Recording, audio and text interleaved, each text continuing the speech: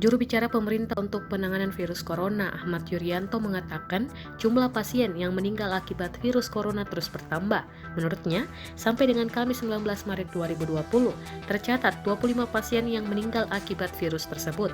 Kita lihat dari kematian yang kemarin di Bali 1, Banten 1, kemudian DKI Jakarta menjadi 17, kemudian Jawa Barat 1, Jawa Tengah 3, Jawa Timur 1, dan kemudian Sumatera Utara 1.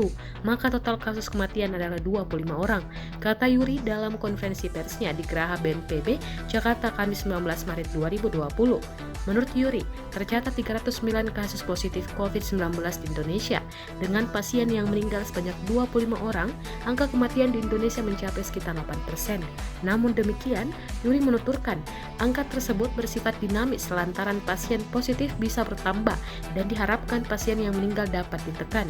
Sebelumnya, Yuri mengungkapkan jumlah pasien penderita virus corona atau COVID-19 yang sembuh terus bertambah. Kata dia, sampai dengan Kamis 19 Maret 2020, sudah ada 15 orang yang telah dinyatakan sembuh.